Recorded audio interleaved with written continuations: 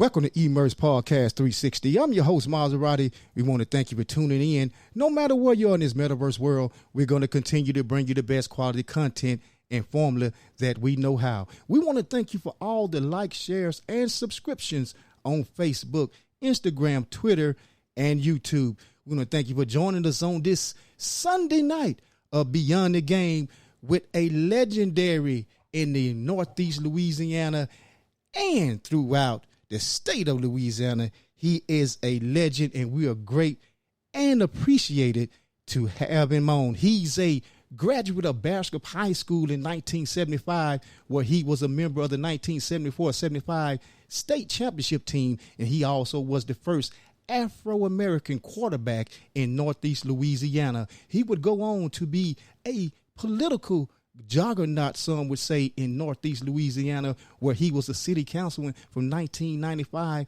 into 2001 in the city of Monroe, where he would become the interim mayor in 2001, where he would later on be elected in 2001 of October, where he would sit in the seat as the mayor for the Monroe City Schools until 2001. He is a all-district baseball, basketball, and football all-state honorable mention at Bastrop High. He was at ULM, where he's a alumni in 1975, where he was a point guard for then the NLU Indians. I give you none other than legendary and former Monroe City Mayor, Mr. Jamie Mayo. How you doing, Mr. Mayo, today? Maserati, how are you doing today? Well, we're doing good, Mr. Mayo. We're glad to have you on, and we are greatly honored to have you. And we're just so humble that you could stop through and spend a little time with us today. Well, I tell you, it was an honor to be here with you today. And when you said to me you wanted me to come on, I was honored, quite frankly, and very, very pleased to be able to come on your show. By the way, I want to congratulate you on your podcast. I've been hearing great things about it. And that's what we like to see in our young people. And so keep up the good work. Yes, sir. Yes, sir. We greatly appreciate it. So, Mr. Mayo, you know, people pretty much attach you now to Monroe, but let's take them back in time and show them that you one of those old Scrap City boys. Kind of tell them about how you grew up in Morehouse Parish.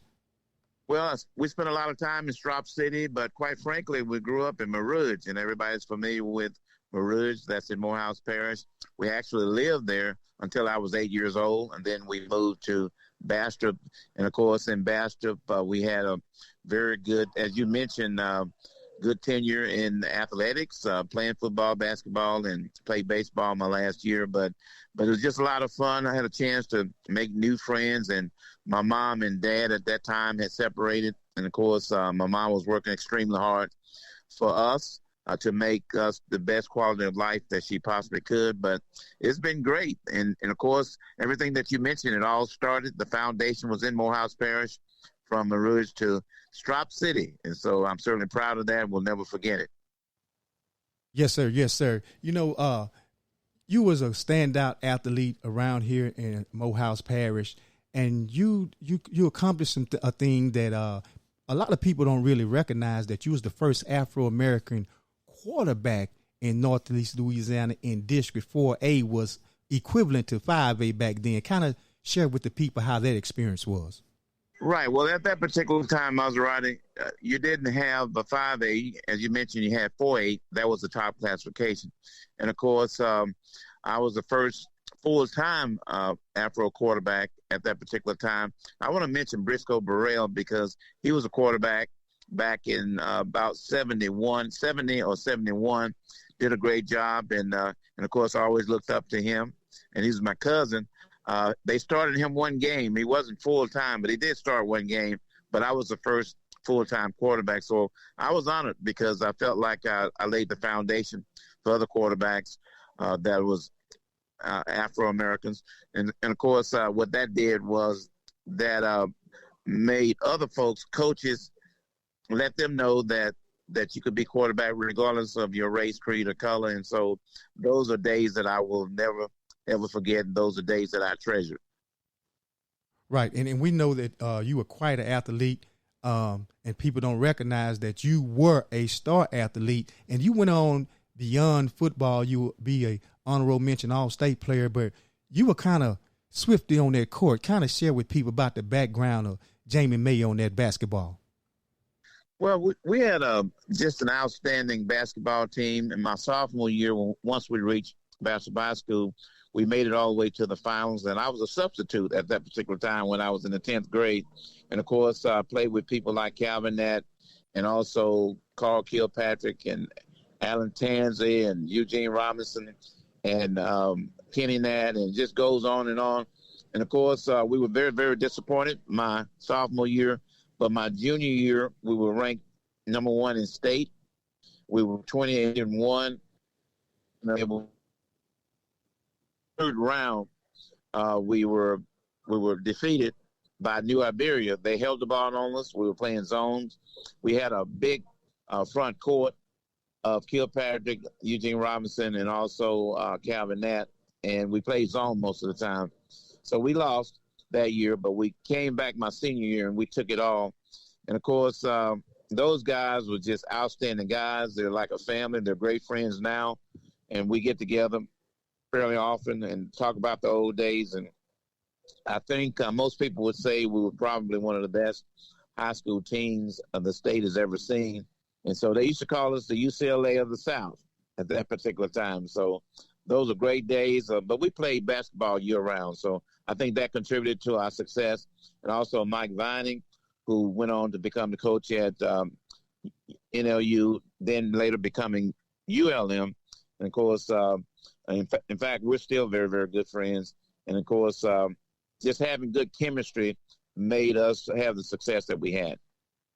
Right. And, Mayor Mayo, being from Morehouse Parish and being in the public school system and being a kid that, like you say, you played basketball year-round, kind of share with the people now that you're here with us, also being a consultant with the city now, kind of share with the people, you being right next door in Monroe, what do you see different from your childhood now in Bastrop?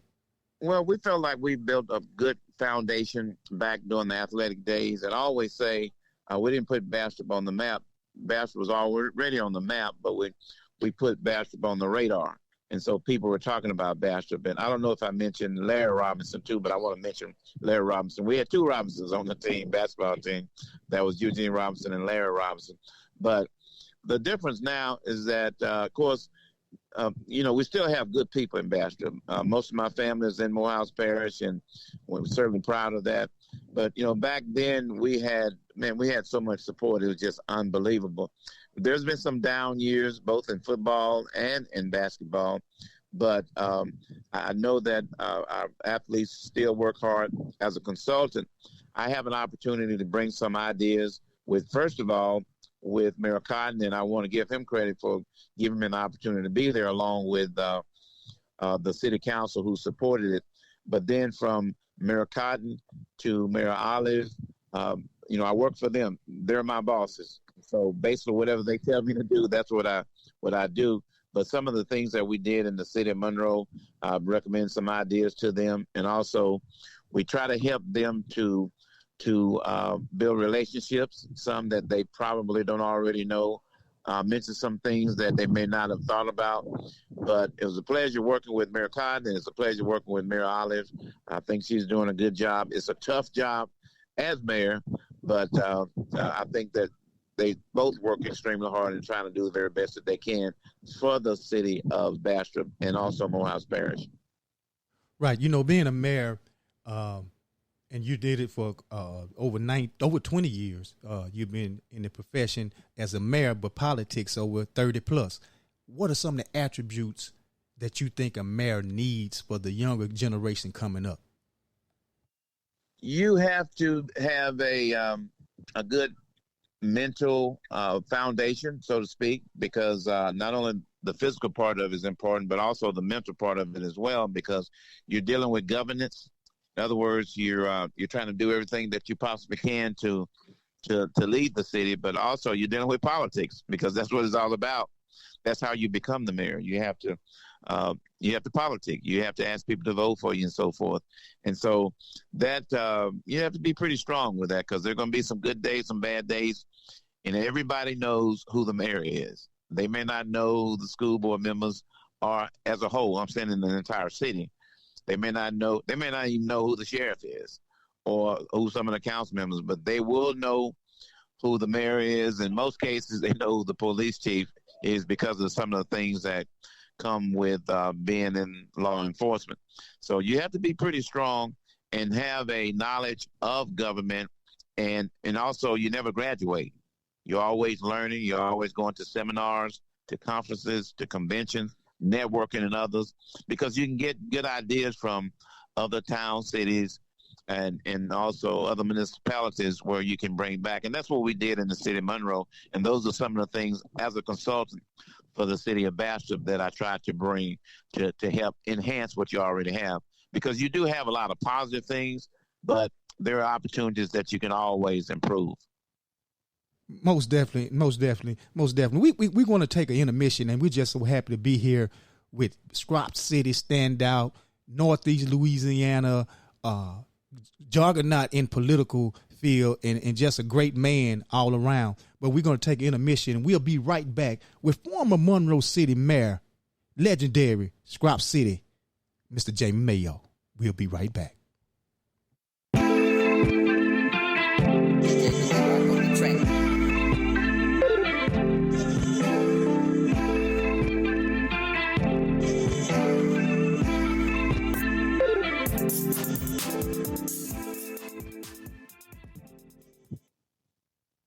Immerse 360 Podcast focuses on uplifting rural and urban areas and dire conditions with no solutions by shedding light on pioneers, athletes, and political figures who have made an impression on Northeast Louisiana and surrounding areas. Immerse understands the social and civic needs to love, learn, live, and laugh.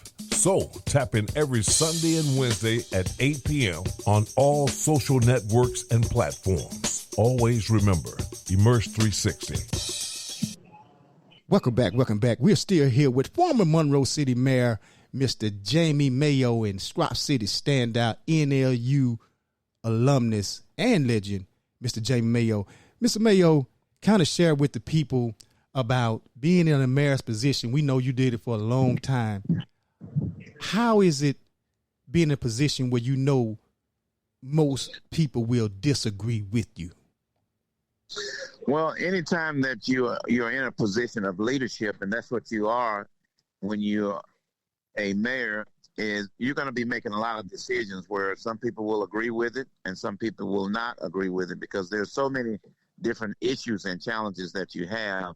Of course, you have to try to stay focused and do what you think that is best for the citizens of the city of Monroe, the city of Bastrop, or any community, because you want to move the community forward. But you're dealing with a lot of things that most people don't realize, like you're dealing with infrastructure stuff like roads and streets, water, sewer, bridges, those things that have been there a long time, and they become dilapidated, and you got to do something about it. You're dealing with housing, you're dealing with trash and garbage, and you're just dealing with a lot of different issues. And so when you're making decisions, whether it's raising the rates or whatever the case may be, if you're making decisions about your employees where you have to possibly lay off sometimes because your budget may not be balancing, because people are not going to be happy with you. You know, they're going to be very, very upset with you. So you have to make a decision as to whether or not you're going to do things to keep your budget in line, or you're going to yield to politics and not do those things, and eventually the city goes down. And so, but for 19 years, we felt like we've done a positive job for the city of Monroe, and the majority of the citizens that came out to vote were very, very supportive. But you have to keep in mind, too, that after a while, there's some people that feel like there needs to be a change. And I understand that there needs to be somebody else, or give somebody else a chance. Because quite frankly, we thought, Maserati, that we had our best 4 years, the last 4 years, in terms of improvement to the community. But, you know, the majority of the people didn't feel that way. And as a former athlete, you know, we rejoice when we win, and when we lose, we're disappointed. But at the same time, we're not sore losers. And I'm not a sore loser now, but you congratulate the winner and you keep moving on. Right, most definitely. And Mayor Mayo, 20 years being the mayor in the city of Monroe. I don't know if anyone ever was the mayor that long in my 45 years of living. You was the mayor half of that, and it's just to have you on the show, and for people to really know that you are a Bastrop-ian, as they would say. It just warms my heart, the things you have accomplished, and one of those being on the board for the Black Mayors Association. Kind of share with us about the insights and the politics that's behind Afro-American mayors nowadays. What we realize, Maserati, is when you're in government or any type of organization, that there needs to be an auxiliary committee, a board, or group that can address consistently those issues and challenges you have as a race. And that's why you have the Black Caucus in the legislation. That's where you have the Congressional Black Caucus in Congress. That's why you have the Black mayors throughout the state and also throughout the country, because we can get together and network with each other and talk about some of the challenges that we have. Because quite frankly, there's different sets of rules. I'm just going to be honest with you in terms of how you're treated by the media, how you're treated by the community sometimes. And we have to talk about and share ideas, what's best, how we can address some of these issues, because you still have to address the media. And don't get me wrong, we need the media to try to help get out information, but sometimes the media has an agenda too. And so sometimes they don't report on certain things when maybe somebody else is in there. They would when one of us is in there, and that's just the bottom line. And so it was a pleasure. I had a chance to serve on the National Conference of Black Mayors as the treasurer, and I also had an opportunity to serve as president of the Black Mayors of Louisiana, which would be all of the mayors at that time, which was about 60 Afro-American mayors. And then also was the U.S. Conference of Mayors Louisiana chapter president, which was the largest cities. So there was a lot of experience there. And again, I want to emphasize, you gain a lot of knowledge from talking to other mayors, and we share things. And, it's just a fraternity that we had a chance to have, and I think it's very important.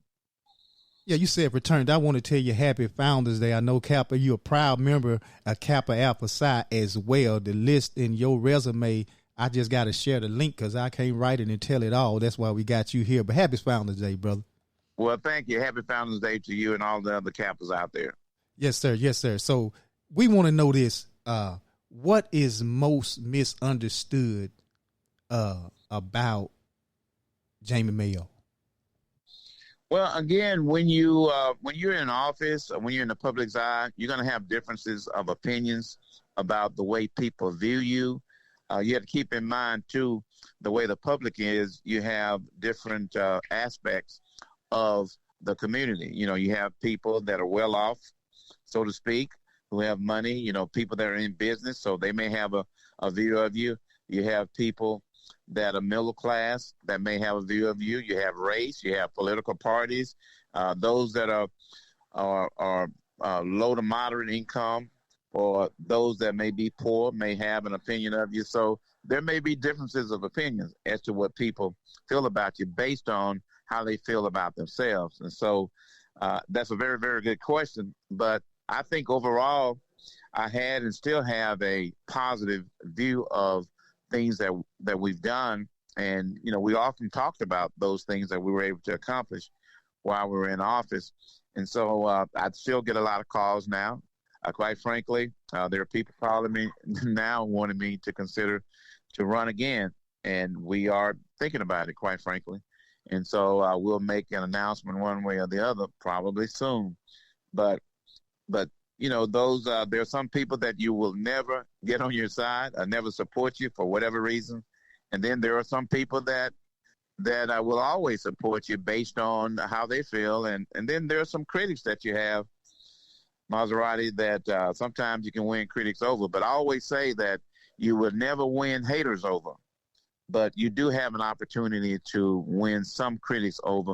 And you're always thankful for those that support you, that really appreciate you and want you to continue to lead them. And so that's what's very, very important. So I'm thankful for those that have supported me for all these years. And I thank God that he afforded me an opportunity to lead. Right. Sometimes, it's nothing wrong with defeat, because sometimes we can sit back in defeat and see the victory the things we accomplished. But like you said, you have in mind of coming back. And that's one thing about life.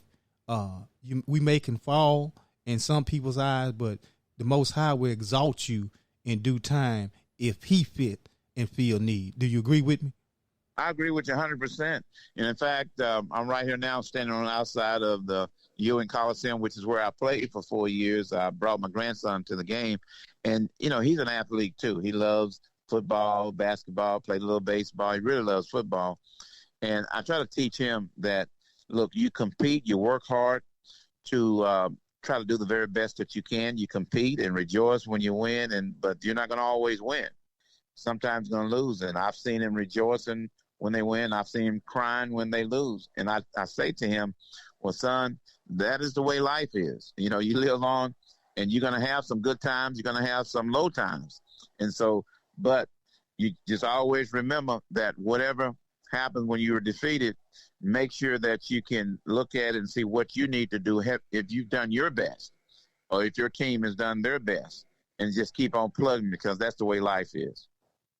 Right, most definitely. And we're going to take another short intermission. We're going to come back and get the final thoughts from you, Mr. Mayo. And like I said, we are so happy to have you on, and I'm glad that we was able to get you. And I know the people of Northeast Louisiana are very enthused and happy that you could stop through the show. But we're going to get your final thoughts after we take this another short intermission. We'll be right back with legendary mayor of Northeast Louisiana, I'm going to say, Mr. Jamie Mayo, when we come back. I need that one-on-one. You back against the wall, here I come. And you can count on me. I need that one-on-one. When you only get one call, here I come. And you can count on me. I need that one-on-one. When you're back against the wall, here I come. This is a message to my son. I need that one-on-one. When you only get one call, here I come. And you can count on me. Drop City hustler, that's where I'm from. When you never leave a pad without packing your gun. The pressure that I feel weigh a metric ton. Cause back in that trap is my oldest son. I need a one-on-one. Don't guess, don't wonder, just come. I need that one-on-one. When hanging with them soldiers ain't fun. But first things first, I got this. Welcome back. We're still here with Scrap City, Northeast Louisiana, and the state of Louisiana legend in the political field and athletics, none other than former city of Monroe Mayor, Mr. Jamie Mayo. Mr. Mayo, before we let you go, we want to always ask our guests, and you've been on both sides of the fence. You're from Bastrop. You've been a mayor in Monroe. Like you say, you're the network throughout the state. Looking through a glass, what do Mr. Jamie Mayo know or think it's going to take to change Northeast Louisiana?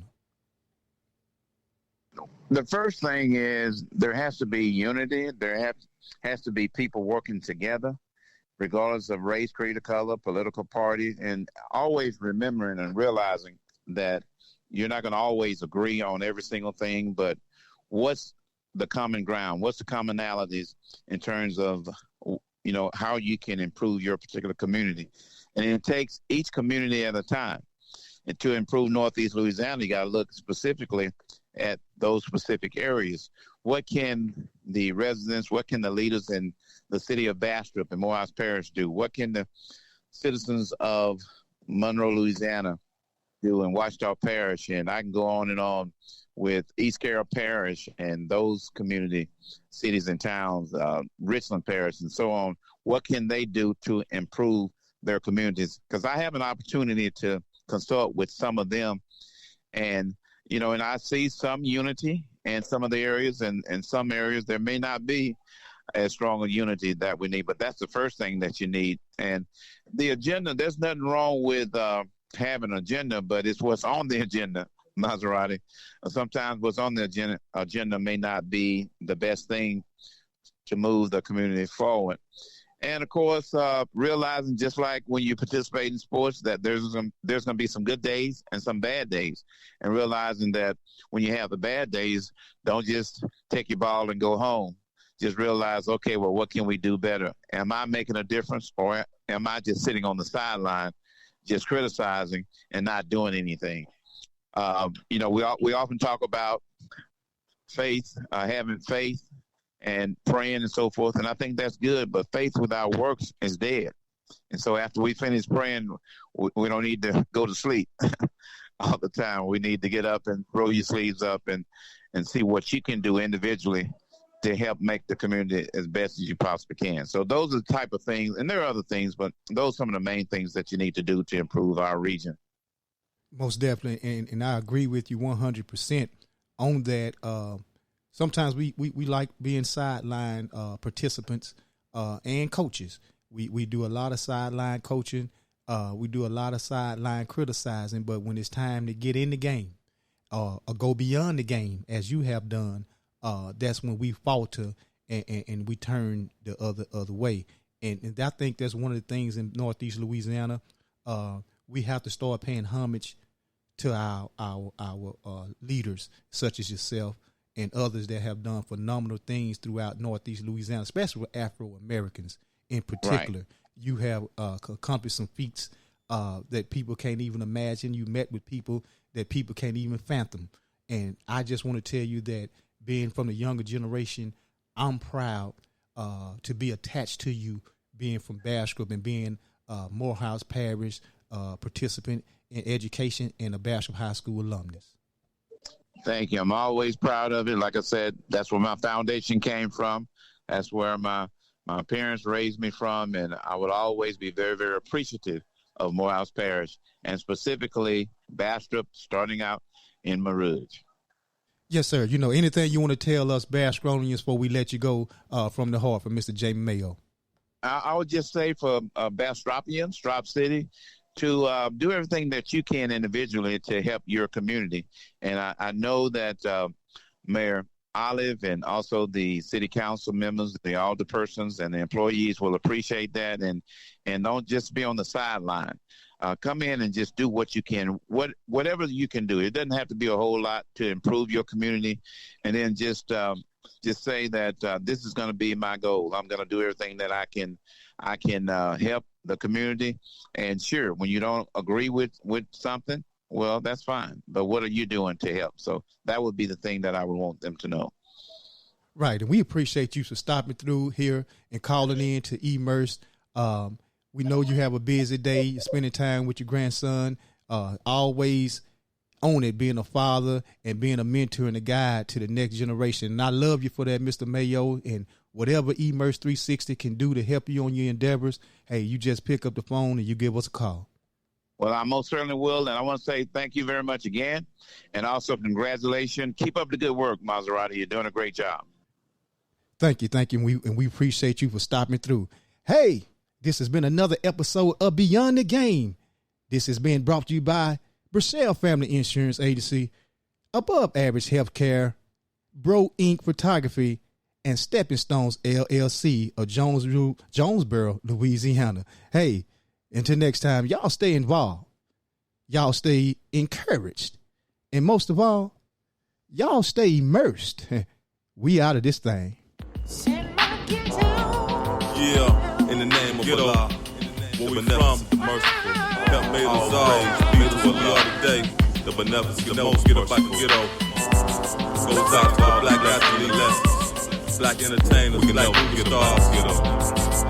Let's keep it in our mind. Yeah, I was struck by the luck of the draw. Heaven on earth is what a brother hustling for, fighting for a cause. Born in Louisiana on them bayou floors, opportunity small, we had nothing at all. Forced to do something, be behind them walls, stuck between the rock and the hard. Put me on my path close to God, got knowledge of self, high energy, spirits of felt. Quite a step, man, I played on the moon last night. Took flight from the thoughts in my head. Deep focus never left my bed. Knew the lead from the lessons I read. Trying to fulfill a dream more than Malcolm in my forefather's head. Representing the ghetto. Lord walk. And my ghetto's hot at night. Why we fuss and fight? Lord, shame it. My ghetto is the realest. Can you feel this? My ghetto is the realest. We about to make you feel it. They trying to tear it down. We about to rebuild it. Back in the days, the Panthers had it on lock until the feds came through, infiltrated and tore up the block with red and blue rags to separate and drop the bomb with crack, cocaine, heroin, and a truck full of guns. Then went the fun, man, and then came the slums. Look around at all the damage it done. Look around. What about the people that tried, cried, and died for the cause? Black soldier, show me some pride, cause there's a war going on outside, aiming for you. They trying to kill our youth. So what you gon' do? I got my mind on the truth and the truth on my mind. We gotta get it while we can, cause we're running out of time. Saying pray it up, homie, and that's for sure. There's a lot of senseless killing going on in the ghetto. And my ghetto's hot at night. Why we fuss and fight?